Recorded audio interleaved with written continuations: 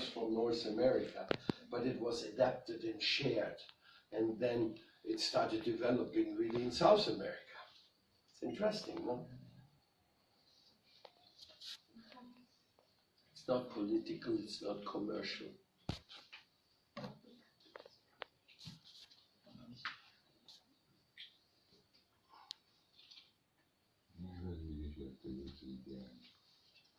So that's basically this story.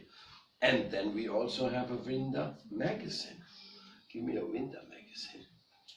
The Vrinda magazine was just printed in English. We had it in Spanish before. By the way, I need a Spanish one because they have to reprint the Spanish one, and they want to make some changes. We have the Spanish one here. I can work on that tomorrow. Amita?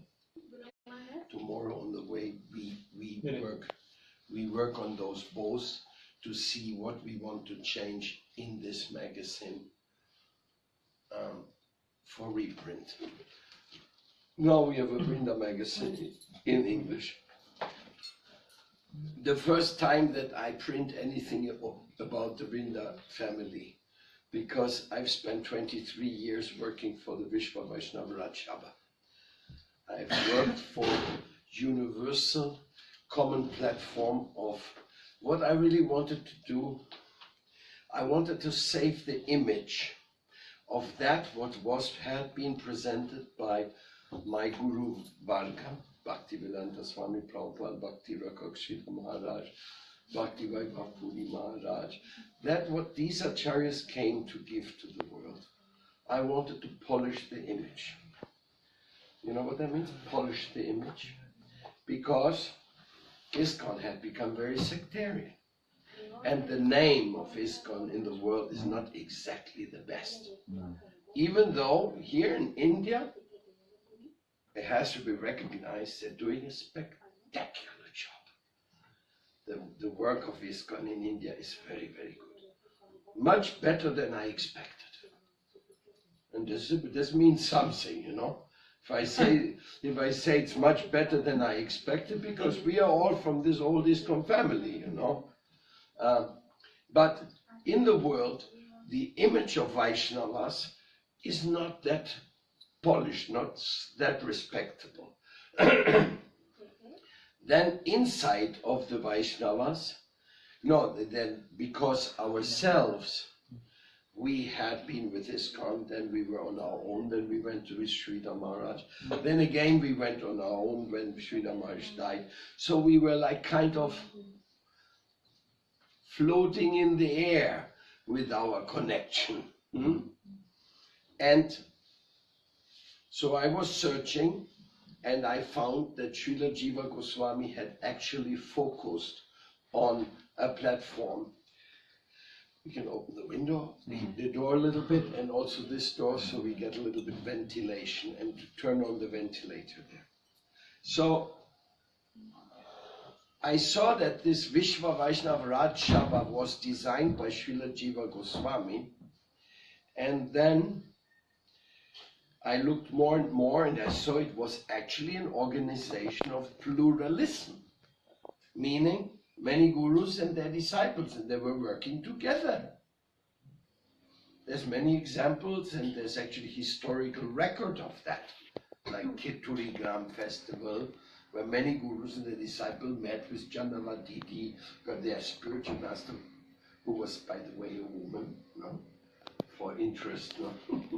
And so I saw this book, I said there was something. So my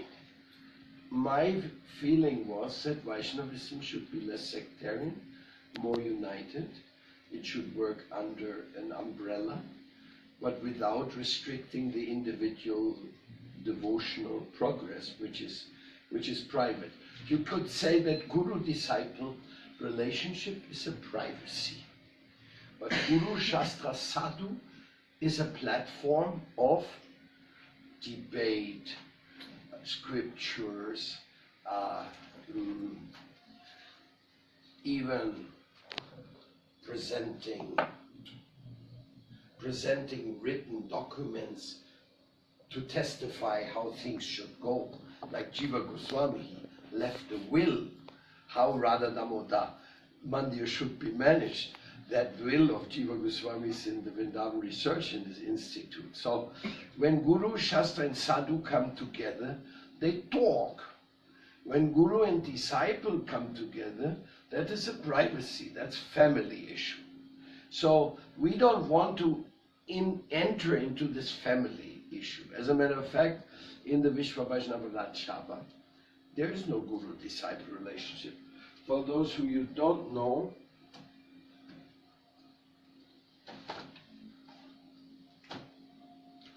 this was the main magazine we made to present what is the Vishwa Vaishnava Rajyabha. That is the whole research. And as it was founded by Bhaktisiddhanta Saraswati Thakur in 1919, there was many written documents. He called it the mandalis. And I translated the mandalis into committees. Here you can see what it really means, because if you don't spend a little energy on it, if you don't, then you just don't understand what it's all about. Some people think that the Vishwa Vaishnava Rajyabha, this is all a brainchild of Paramadvaiti Swami. But Paramadvaiti Swami is not that bright, you know. It's not his brainchild. These are all the committees which exists for serving the cause of the world.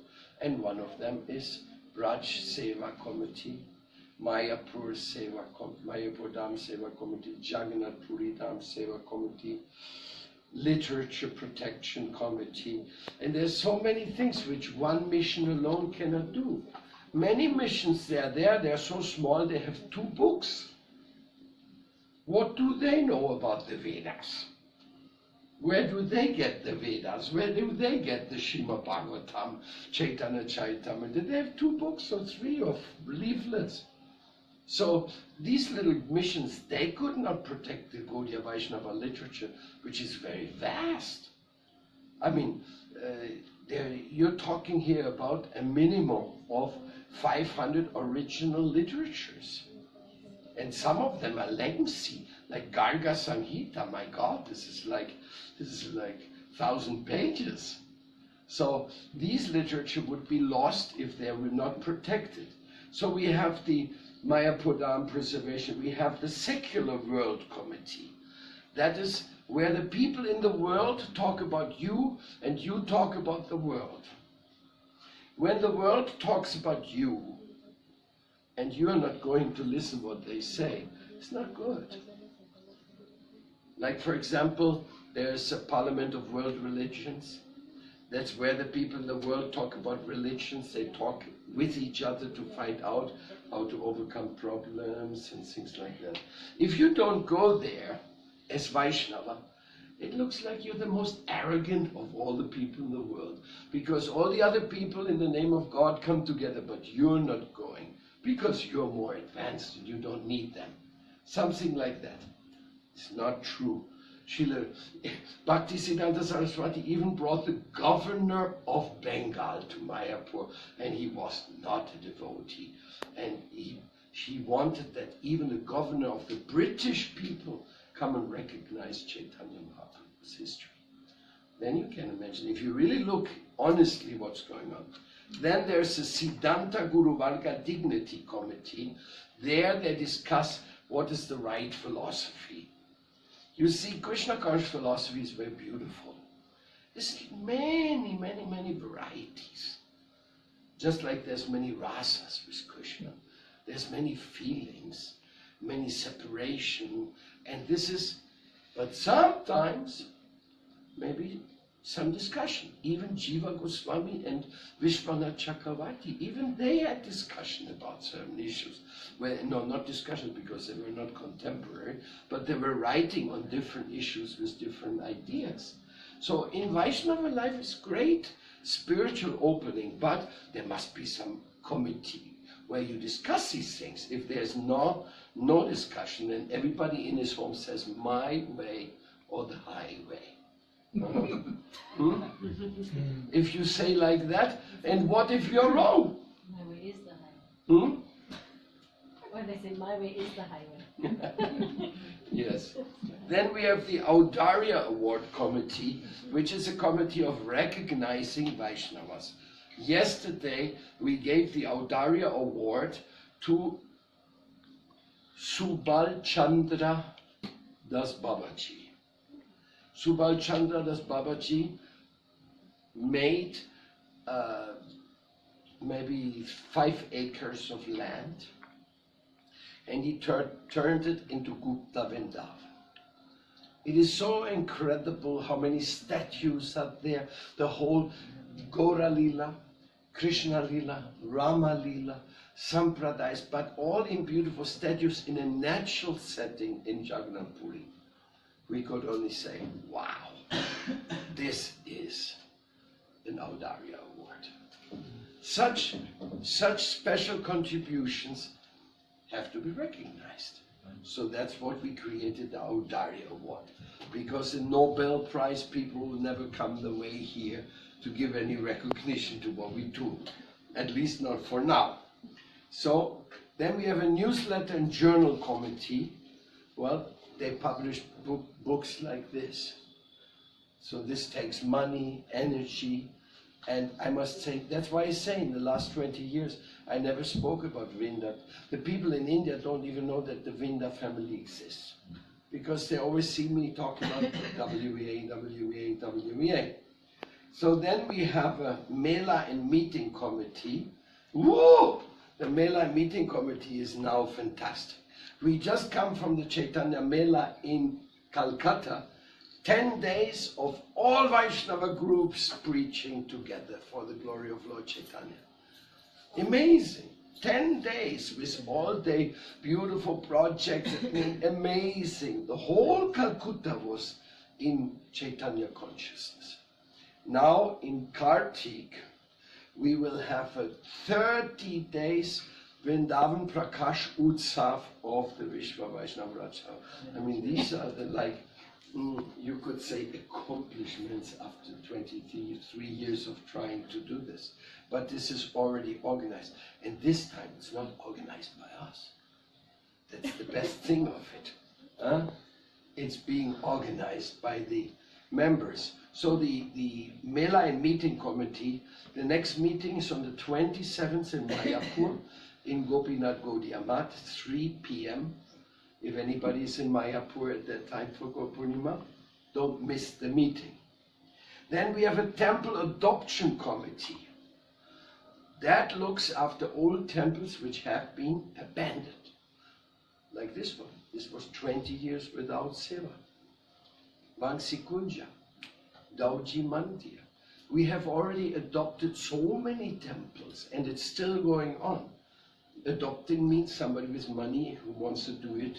Like, for example, Srila Raimarsh adopted the Durvasa Muni Tila. This is a mountain in front of Mathura. Who has visited the Durvasa Muni Tila? It's an amazing thing. It was just a little broken shack there. He made the most beautiful temple on top of the temple. Everybody in Mathura sees it on the other side of the Yamuna. So, shrines are being adopted, left and right. Holy places are recovered, which have been abandoned. Dirty places are being cleaned. Like, for example, we were cleaning the Radha Gopinath temple. Radha Gopinath temple here in Vrindavan. I spoke with the Mahant because there were 4 courtyards. They were completely rubbish. You could only go in the temple, see the deity come out. Everywhere was rubbish. So one day I went in there and he was standing on top of the rubbish.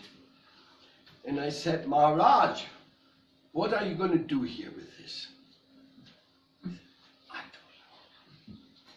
I said, Maharaj, if you promise to me that these are going to be green spaces, I'm going to help you to transform them into gardens. He thought about it and said, yes, I agree. So we worked for 3 years for 3 years cleaning out the rubbish there.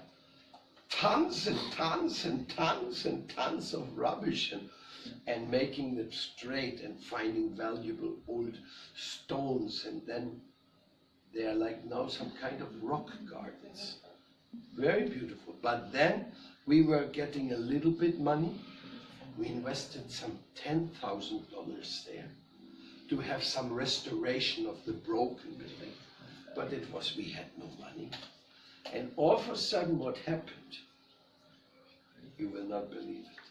The Balaba Sampradaya, they saw our work, and this is Ramakanta Goswami, and they came to us, said, we want to help you.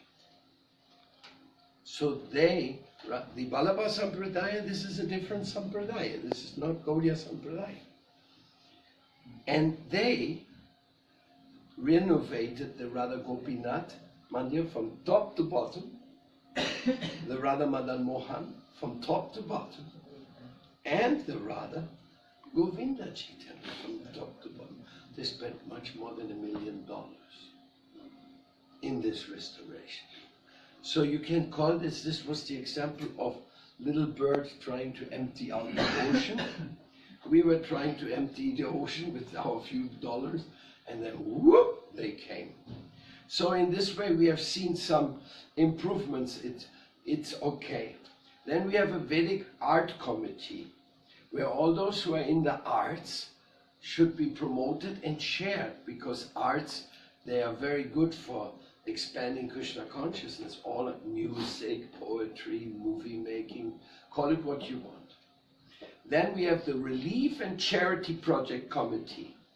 That's a very important thing, because always the people ask the devotees, what are you doing in this world?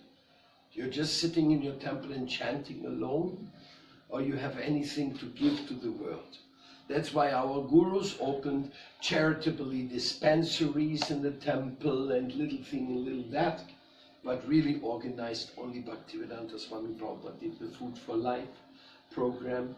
But we have started the House of Wisdom, which is a 20-division charity program with many ideas what can be done so that the world will be benefited by the Vaishnavas.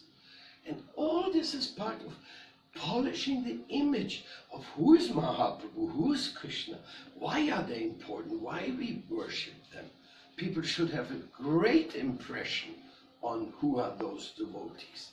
So that is another one. Then we have the Interreligious Communication Committee. Whenever there's interreligious forums, we should also participate. We have already participated in books. In Berlin, we are practically one of the leaders of the Interreligious Committee in Berlin. It's very nice, it's a fantastic. Then we have a Unification Committee. This is always trying to bring in Vaishnava groups who are scattered around and like kind of on their own. They don't know that there's much more than what they are. Small groups, and like to invite them, come participate. And that's what these Mela committees do. For example, now in this meeting in Chaitanya Mela, Mahavir Maharaj spoke, Jagadananda spoke, some Babajis from Navadvip spoke, Goswamis from all the temples of the old temples spoke. So it is like, let's bring us together to who all believe in Chaitanya Mahaprabhu. Then we have a Conflict Resolution Committee. This is very interesting, because that Conflict Resolution Committee, nobody ever asked for that committee to resolve anything. So this is, of course, Vishnu Maharaj is the committee chairman of this, but everybody likes to live with their conflicts alone. They don't want to resolve them or something. Anyhow, the system of conflict resolving is very easy. We simply bring it to the attention of the greatest Vaishnava and hear what they have to say, and that will help us to find out the solution. Then we have the Internet Committee. Of course, that's very important, because that is today, we call this rating, like search engine optimization. CEO. So if you go to the internet, this is like Wikipedia. This is like, if you're not in Wikipedia, something is wrong with you. Either you don't know how to read, or you don't know how to write. Or you never knew what the Wikipedia is. So Wikipedia and the SEO, the search engine optimization, need to have a declaration. What is here, for example, this here. Very interesting. This is the first commentary, Vaishnava Vedanta. What is this? This is a university thesis made in 1933 in the University of Chicago by this gentleman when he was a boy of 25. He went there and he got this thesis done. He's the first member of the Vishva Vaishnava Raj Sabha of those days. He went to the International Community of Faith Gathering. He was invited, and then he stayed on, that was in Chicago, and then he stayed on and he made his PhD there with this book. This is his thesis on the Vedanta Sutta. So things like that, most people don't even know that exists. No? But this is what the Vishva Vaishnava Raj Sabha does. It researches the history, it preserves some important information. So this is basically, you get a little idea, polishing the image. Because we have a stained image, then people will not pay attention. If your image is not very good, people will not take up Prabhupada's book. This book, for example, that is first class. You cannot become better than this. This is the publication of Madhavananda Prabhu called Krishna Katamrita. And this is just, the whole book is only about Govardhan. And it is so researched, so wonderful, so much good photography. Leave it, concentration. And this is Govardhan, and all the history, what the Acharyas say about Govardhan. This is the quality of what Vishva Vaishnava Raj Sabha tries to present. Who are we? What is this culture coming from? And of course keeping Srila Prabhupada in the center, because without him not one Western Vaishnava would exist. So if we forget that, it won't be too good for us. And this is just, you get an idea. Now the publications, there's so many. And now the problem is people hardly read. Now the CDs are also out. Now people only read and hear what's online, what's for free. I have so many CDs, I produce more than 1,000 CDs in my life. And now they're not selling and nobody asks for them. They say, is it online? Is it online? So practically all the work and all the publications, it has to be online. But anyhow, these are just little side issues. There are so many things. So what I'm doing is I'm combining this world with this world for a good sake. And this is now we're coming to the actual topic of today. And this was the topic of my Easter Gosti. Where's Hari? Thank you. And this is for Kaustubha, because she printed this book so nicely here when everybody was running around. So, after the United Nations of the Spirit was started, I was invited to help with the education. The education of the natives. I was invited specifically by one of the mammals. He said, we want to know what the white man does, but we don't want to hear it from the government. We want our own information. Now, I had a friend, you cannot imagine this friend. His name was Eduardo Rios. Eduardo Rios, he was already 84 years, unfortunately left us a few months ago. Eduardo Rios had dedicated his whole life to tear apart the materialistic society. And how? In comics, in drawings. Eduardo Rios is the best caricaturist you can imagine. He's one of the best. I mean, there's very good caricaturists, but he is, by contents, number one. There's another one, he's very good. I don't think I have the... Goranga, did you bring one of the books from Rios? No. Why not? We are distributing those books now, even with support of the government. Rios is a story of itself. So, Rios, he was an atheist all his life. He only believed in revolution. He was the biggest enemy of the Catholic Church. They hated him. So his books were never left Mexico. He was a Mexican. In other countries of South America, nobody even knows the name Rios. But he was my friend. So he was my friend, and I said, Rios, a very funny. Because I was reading his books, and I wanted to meet him. And 3 times he said, no, I don't want to meet any Hare Krishna leader. No, I don't want. I have nothing to do with these. So I was a little unhappy. And then in Tepoztlan in Mexico, Rios is vegetarian. He was going to our restaurant. He was eating. And I told Lilavati, who is cooking there, you charm this guy. And when he is pleased, then you tell him that I want to meet him. So he became so pleased by Lilavati, she gave him so much good food.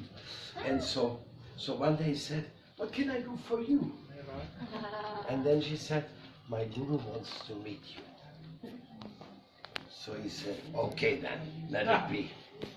So the next time I came to Tepoztlan, it was arranged, we had a big banquet with Rios. He wrote over 100 books, he's big, he's a producer, an amazing personality. So, at that time... In the webpage you can find the books. Yeah, but I need something in print. So, is the fan on? Okay. So, the first time I met him, it was like love on first sight. And I said, Rios, I said, 3 times you rejected to see me, now finally we meet. No? And he said, well, by that time he wasn't an atheist anymore, he was a Buddhist. He had become a Buddhist. But then he was in very good humor, the guy is very. So then he said, in the end, you can use all my 100 books and do whatever you want. But one thing you must promise me, that nobody becomes rich with them. I don't want anybody to make money with my books. I said, okay, thank you. And we kept friendship. Then he wanted me to take him to India. Twice I tried. Twice he wanted to go, he couldn't go. Kidney failures and things like that. Finally he died. Last thing he told me, my trip to India will be next lifetime. Oh. That was so that was Rios. So the person in the Sierra Nevada had asked me, you help with their education. I said, I have the material for you. If the kids will learn from Rios what is Monsanto, what is chemicals, what is capitalistic economy, what is centralization, what is sectarianism, what is colonialistic education, all these type of things, they don't know. They can see the effect, but they don't really know what is the conception behind it. Now, how somebody, a native, he cannot imagine how tricky the mind of a colonialist works. They're much too innocent, much too nice for that. To conceive what the white man has done to them, there's no way. So Rios is the eye-opener. He's really special. So, on the inspiration of this priest, I started the University of Ancient Wisdom. And here's where our India program has to listen. Please listen carefully. The University of Ancient Wisdom was started in Santa Marta with this young gentleman, Gauranga Prana. He was also there, part of this. And the University of Ancient Wisdom, what does it mean? It means nothing. It means wisdom. Like in Vedic culture, we believe in knowledge and we believe in wisdom. Jnana, vijnana. Knowledge is so much. Does it bring any real good use? So wisdom means knowledge wisely applied for the benefit of all. Where the wisdom is applied for the benefit of all, that we should preserve. If I have wisdom in this book, which should be preserved for your grandchildren and your great-grandchildren, so we have to put it into the Library of Congress or whatever. We have to make sure we have digital copies. We have to make sure there's in the list of important books it is mentioned. By the way, this is the book, The Lord's Grace in My Race. This is the history of this young guy coming to 1933 and how he made it to the US, and it's a pretty touching story. No? So in this say, good things, knowledge elements which are important for the human race should be preserved. So University of Ancient Wisdom, it just puts all types of wisdom in parallel value. In other words, because something is Lakota, it doesn't make it less. Because something is scientific, it doesn't make it more. By evaluation on the basis of the universal principle of the original law, we will question how valuable is it, how beneficial is it. And if it's beneficial, then it has been preserved and it should be taught. Now, we started the University of Ancient Wisdom in Santa Marta. Now we are teaching in so many schools. We are going into the indigenous mountains where they live in the villages. We bring them the study material. We ask them about what values they have. We have discussion platforms. It's lovely. The program is lovely. Nobody can even imagine what it looks like. This movie you saw, we just made a movie with an indigenous village. It's so beautiful. It's so amazing. Because they asked us to help them to stop the government from making a barrage, to barrage a river, to make a dam. So they wanted that because the dam was threatening their old habitat. So, you saw this? You saw the agua, lo que representa. So, that type of experience, it can be expanded. We are active in Colombia, we are now active in Chile, active in Bolivia, we'll be active. Now it's just spreading like that everywhere. Everybody wants to know what is this ancient wisdom. But it's double way. I give you and you can give me. It's not like I give you and you shut up. No, that doesn't work. Then nobody wants to know about it. So the University of Ancient Wisdom is by putting the wisdom of India and the East and the wisdom of the natives on one platform. If let's find out how to solve our problems, everybody's happy. And everybody's getting some more education. How much deep feelings are there in the Gaudiya tradition? How much deep feelings are there in our Krishna consciousness? Wow.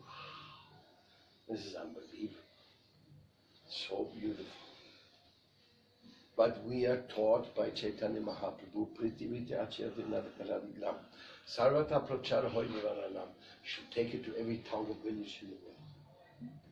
So we have to reach them, and we have to find the language which they can understand.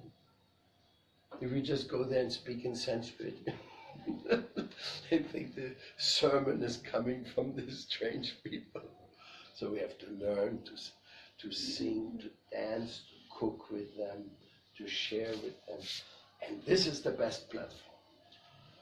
Not the platform, I'm saved already, and you're saved if you surrender to me and give up your culture, cut your hair, you throw away your original dress, stop your folk dance, throw away your cosmology, everything has nothing, no value. That's not the proper way. And that's, in the Vaishnava philosophy, it's actually an offense, an apparat, to disturb another one with your philosophy. You're not supposed to do that. So, sectarianism doesn't really fit in very well with the principles of Vaishnavas, but it fits in very well with conditional Western competition thinking. That competition thinking, it makes us very sick in this regard. So now I give you a little bit of a rundown what I am working with. But this is the best. This is the best. This is our Bhagavad Gita in German. And this is in poetry. The whole Bhagavad Gita in German poetry. But I will spare you. You don't have to listen to it. Because it's I have it. You It's have very it? nice, yes. So you read the whole thing? No, all, but sometimes I read some places. Sparse reader. One verse a month. No more. Yeah. That's our problem with the readers today. They never finish the books. Anyway, this book is very highly acclaimed. The translator was Prabhu Halada in Germany. He was so meticulous that it took him 10 years to make this book. Because every verse he was like going over and over and over and over and over and over and over. I cannot do that. Everything I do has to be done in maximum 1.5 hours. You know that, this is my style. Of course, it's not always the best, no? Like for this book, his style was better. So, but anyhow, so in this way we are trying to keep engaged, and of course there's many more. Oh, there's another one very important here. This is this book is very important. This is also a publication of the Vishwa Vaishnava Rajsabha. I'll tell you why. Why this? Vivekananda, very famous Indian sadhu, he went to America, he preached very nice. He came back to India and one American lady followed him. Her name is Sister Nivedita. Sister Nivedita was the first American to become a Hindu. And she celebrated. You have Sister Nivedita streets in Calcutta, in other places. You know. She's like famously celebrated. But that was Vivekananda. And he's world famous. Bhaktisiddhanta Saraswati, he sent his disciples all over India and all over the world. And he established, you know better, everything he established in the world. He made thousands and thousands of people devotees, and nobody in India knows him. There's no stamp for him, he's not in the school books. You know why? Because the devotees are so humble. So there was